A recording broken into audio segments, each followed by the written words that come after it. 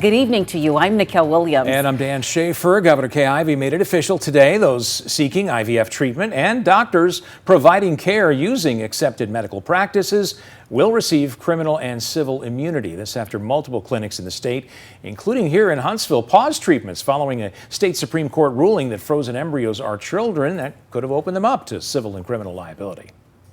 This is not the first time Alabama's gained national attention over reproductive choices.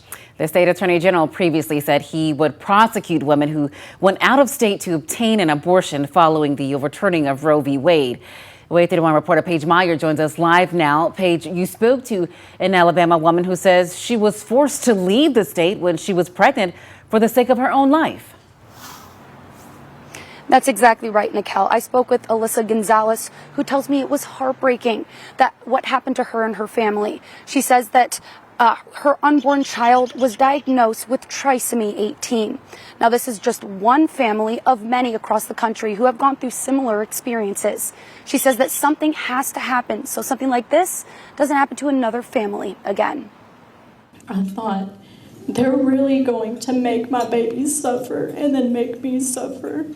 In 2022, Alyssa Gonzalez's unborn child was diagnosed with trisomy 18, a condition that causes severe developmental delays. There is no treatment and is usually deadly before birth. When Alyssa began researching her options, she asked if doctors could induce her so she could give birth early. The nurse told her due to Alabama's strict abortion laws, she had to carry the pregnancy to term, creating a threat to her own life. Who wants to watch their baby take their last breath?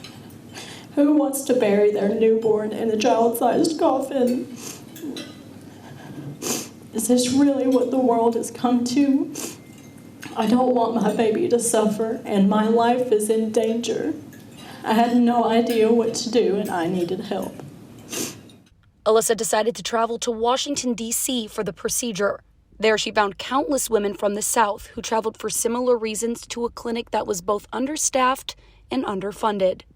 I woke up that morning sad because I lost the baby, angry because of the law and the treatment I had received at the clinic, happy because my life was saved, and empty inside because I was no longer pregnant. Marilyn Lands says 20 years ago she faced a similar situation, but there was one difference. She safely received the care she needed in her own city. I was able, unlike Alyssa, to get the care that I needed right here at home. I had my own doctor. I was in Huntsville Hospital. I had the support of my community around me. And to see that we have regressed in such a devastating way, and the women and the families that are caught in the balance here, and the horrific stories and the pain that these families are going through needlessly. This is just so wrong. Both Alyssa and Marilyn have the same message. Alabama needs to reevaluate their abortion laws. It is the hardest decision to make. It is so painful to begin with, and then to heap on these additional layers of pain by people legislating our health care decisions just should never be allowed to happen.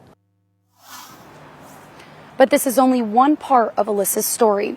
You can find more about what she's been through later this evening on our website at WAAYTV.com. Reporting live in Huntsville with coverage you can count on. Paige Meyer, WAAY 31 News.